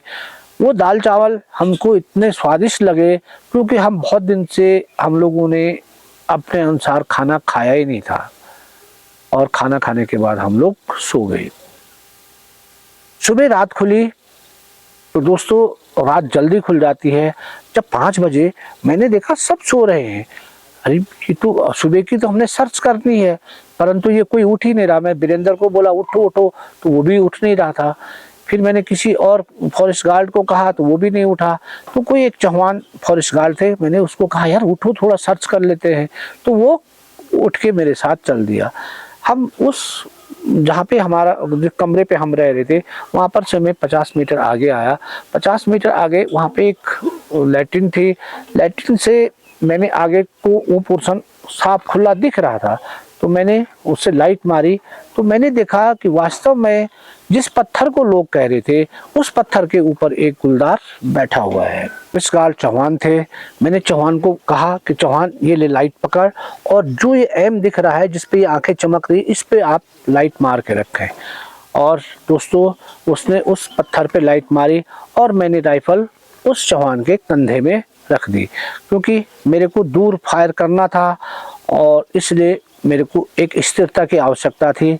परंतु मैं क्या देखता हूँ कि राइफल चौहान के कंधे में आते ही वो पूरे इस प्रकार से कांपने लगा जैसे कोई भूकंप आ गया हो। अरे मैंने तो देखा कि राइफल तो अब तो पूरी हिलने लग गई है। तो मैंने क्या कहा, क्या हो गया? बोला सर मेरे को डर लग रहा है। अरे तो मैंने कहा कोई नहीं, तो केवल अब लाइट मार। और मैं अपने घुटने का मैंने एम लिया, अपने घुटने पे मैंने राइफल को कोहनी को टिकाया, और आराम से मैंने उस टेलीस्कोप से देखना शुरू किया। तो मैंने देखा कि एक गुलदार जो है उस पत्थर के ऊपर ऐसे जैसे कुत्ते के तरह बैठा हुआ है, और मैंने दूरी का जो अनुमान था रात का, उसको आइडिया, क्योंकि रात खुलने वाली थी, तो लगाया कि लगभग ये गुलदार 400 के लगभग होगा। फिर मैंने अपने अनुभव के हिसाब पे, अपनी राइफल की सेटिंग के हिसाब से उसका एम किया और ट्रिगर दबा दिया। एक धमाका हुआ, और उसके बाद 2 आंखें केवल हवा में यूं निकलती हुई दिखाई दी, और उसके बाद हमें कुछ नहीं दिखाई दिया। और फायर होते ही सारे लोग उठ गए और फटाफट आए। तो वीरेंद्र भी आए, भाई साहब क्या हुआ? अरे मेरे को क्या होना क्या था, वो उधर उस पत्थर पे कोई गुलदार दिख रहा था। तो मैंने देखा चलो चांस ले लूँ, फायर कर दूँ, क्योंकि उसके बाद दिखे ना दिखे। तो जब रात खुली तो उसके बाद रात जो बारिश हुई थी उससे जो नाला था वो भी, उसमें बहुत सारा पानी आ चुका था। तो वीरेंद्र ने कहा चलो भाई साहब उसको देख के आते हैं, क्या पता लगी है नहीं लगी है। तो मैंने कहा चलो। फिर हम दोनों आदमी उस छोटे से नाले को पार करके जब वहाँ पहुँचे, तो हमने देखा जो पत्थर था उस पत्थर के चारों ओर रुपाई के खेत थे। अब जब हमने उस गुलदार को फायर किया था, तो उस गुलदार की चेस्ट को गोली लग गई थी, और उसने हवा में जंप लेते वो उस रुपाई वाले खेत में गिर गया था, और वहीं पे गिरा हुआ था। तो मैंने देखा, इधर उधर से मैं गया और जब मैं यूँ देख रहा था तभी वीरेंद्र ने कहा, अरे भाई साहब गुलदार तो ये गिरा हुआ है खेत में। अरे मैंने देखा वास्तव में, फिर मैंने एक नज़र खोला गांव की ओर देखा तो मैंने देखा बाप इतने दूर से कैसे गोली लग गई। तो मैंने देखा कि मारने बचाने वाला ऊपर वाला है, जिसको मैं 20 मीटर पे फायर किया उसकी बॉडी मुझे नहीं मिली, और जिसको मैं 500-400 गज पे फायर कर रहा हूँ उसको गोली लग जा रही है। तो ये भी ऊपर वाले का एक नीला खेल था। और दोस्तों उसके बाद उस गुलदार को मारने की सूचना हम लोगों ने विभाग को दी। उस गांव वालों ने फूल मालाओं से हमारा बहुत ज़बरदस्त स्वागत किया, क्योंकि दोस्तों उस सारे एरिया में जितने जनप्रतिनिधि थे, जितने लोग थे, सारे लोगों के द्वारा 27 तारीख को कीर्तिनगर मुख्य जो मार्ग है नेशनल हाईवे उसको जाम करने का था। और उससे पहले 25 तारीख जिस दिन सर जिम कॉर्बेट का जन्मदिन था, उसको एक आदमखोर मारकर मेरे द्वारा एक श्रद्धांजलि अर्पित की गई, जो एक बहुत बड़ा पुण्य कार्य था। दोस्तों ये तो थी मेरे अनुभवों की एक श्रृंखला। अब मैंने इस अनुभव के साथ आप लोगों को सुनाने से पहले जो मैंने अनुभव किया उसके बारे में मैं आपको बता दूं। इस गुलदार द्वारा 9 किल किए गए, और दोस्तों इसमें लगभग 5 गुलदार मारे गए। एक गुलदार पिंजरे पे गया। जो पठवाड़ा और इस साइड पे जो गुलदार मारा गया, क्योंकि फरवरी के बाद अगस्त तक कोई घटनाएं नहीं हुई, तो हो सकता था कि ये पठवाड़ा और सिरसेट वाला जो गुलदार था वो उस समय उसने वहाँ पे उन्हीं अगल बगल के 2-3 गांवों पे इसने वारदात की थी, वो गुलदार अलग रहा होगा और वो मारा गया, इसलिए बीच में घटनाएं। दोस्तों दूसरी बात, जो ये गुलदार था, इस गुलदार के द्वारा जहाँ जहाँ घटना की गई थी, जब मैंने उन घटनाओं को वहाँ अपने द्वारा एक मैप बनाया गया, जब मैंने उस मैप पे उन घटनाओं को डाला तो मेरे को साफ पता चल गया कि ये गुलदार जो है ये खोला से नाड़ा से जो बटिया चलती थी वो सिल्का खाल तक पहुंचती थी, और उसके बाद बंदासा और भैंसोड़ा तक वो वहाँ से आता था। उसके बाद वो बीच से पठवाड़ा के ऊपर वाले जंगल से फिर नाड़ा होते हुए रिगोली पहुंच जाता था। इसका मतलब ये क्लियर था कि यदि हम उस समय इस चीज़ को सोच लेते और इस मैप को यदि हम वहाँ पे देखते तो हमारा सारा ध्यान उन रास्तों पे जहाँ से ये निकल रहा था या आ रहा था उस रास्ते पे पड़ जाता, तो हम इसको बहुत इजीली मार सकते थे। मेरे द्वारा 2006 में चंपावत जो आदमखोर था वो 3 साल से सक्रिय था और उससे 9 आदमी मारे थे। जब मैं लास्ट टाइम पे वहाँ पहुँचा था तो 3 साल गुजर चुके थे। तो मैंने सबसे पहले उनसे उस घटनाक्रम के डेट वाइज और वहाँ का मैप मांगा, और उस मैप में मैंने उनको बताया कि आप दर्शाएं कि इतने तारीख को इसने इस गांव पे इसने अटैक किया है। जब वो मैप मेरे सामने आ गया तो मेरे को एकदम क्लियर हो गया कि इस समय जब मैं जहाँ पे हूँ ये गुलदार इस समय कहाँ पे हमको ज़्यादा एक्टिवेट रहेगा या ये कहाँ हमको ज़्यादा दिखेगा, और 13 दिन में मेरे द्वारा वहाँ दोनों सक्रिय गुलदारों को मारा गया था। इसी प्रकार हमने जब अल्कोहली पेनिटर डीडी हार्ट वाला मारा तो वो भी 3 साल से सक्रिय था, तो हमें क्या पता चलता कि वो कहाँ कहाँ घटनाएं कर रहा है।